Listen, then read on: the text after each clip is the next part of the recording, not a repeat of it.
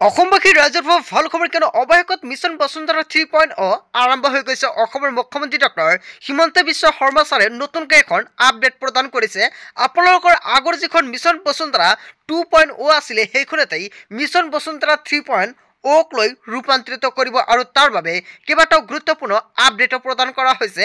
আপোনালোকে মিছন বসুন্ধৰা 3ৰ জৰিয়তে কি কাম কৰিব পাৰিব এতিয়া আপুনি সম্পূৰ্ণকৈ জানি লওক। লগতে এইকেইটা কাম কৰিবলৈ হ'লে আপোনালোকৰ কি ডকুমেণ্ট লাগিব সেয়াও কিন্তু আপোনালোকক সম্পূৰ্ণকৈ জনাম। চ' বন্ধু বান্ধৱীসকল এটা এটাকৈ আপোনালোকৰ বাবে ভিডিঅ' লৈ আহিম। প্ৰথমতে বলক সম্পূৰ্ণকৈ আপোনালোকক তালিকাটো দেখাই দিওঁ কি কাম কৰিব পাৰিব মিছন বসুন্ধৰা 3.0ৰ জৰিয়তে।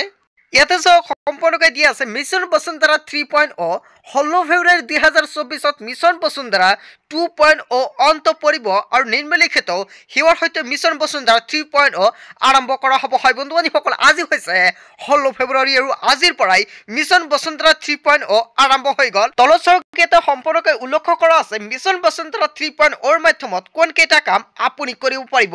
প্ৰথমতে চাওক 1 নম্বৰত দি আছে অব্যক্তিগত ন্যায়িক প্ৰতিষ্ঠানসমূহলৈ ভূমি নিষ্পত্তিৰ ডিজিটেলকৰণ কৰা হ'ব। কেৱল ইয়াই নহয় আপুনি এইটো কেনেকুৱাকৈ কৰিব নিশ্চয় মিছন বসুন্ধৰা 3.0 কিন্তু অৱশেষত নতুনকৈ পৰ্টেলটো লঞ্চ কৰা হৈছে আৰু কালিৰ পৰা সম্পূৰ্ণকৈ কিন্তু আপোনালোকে ভিডিঅ'টো পাই যাব।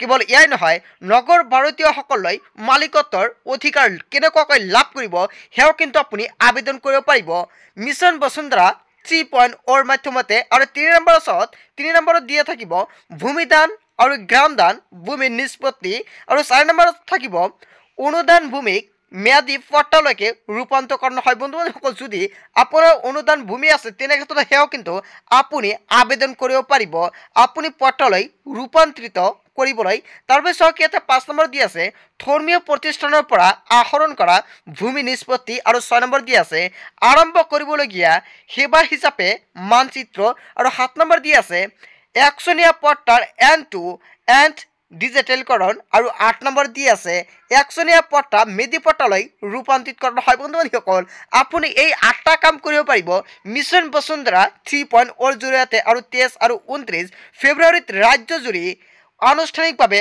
পট্টা বিতৰণ কৰা হ'ব আৰু যিসকলে মিছন বসুন্ধৰা 2.0ত আবেদন কৰিছিলে সেইসকল ব্যক্তিক কিন্তু অৱশেষত 23ৰ পৰা 29 ফেব্ৰুৱাৰীত পট্টা প্ৰদান কৰা হ'ব। যদি আপোনালোকে আগতীয়াকৈ আবেদন কৰিছিলে তেনে ক্ষেত্ৰত আপোনাৰ বাবে ভাল খবৰ। হয় বন্ধু বান্ধৱীসকল আপোনালোকে নিশ্চয় সম্পৰ্কে জানিলে মিছন বসুন্ধৰা 3.0ৰ মাধ্যমত কোনকেইটা কাম কৰিব পাৰিব আপোনালোকক এটা এটাকৈ ভিডিঅ' বনাই দেখাই দিম আপোনালোকে কেনেকুৱাকৈ অনলাইনৰ মাধ্যমত আবেদন কৰিব।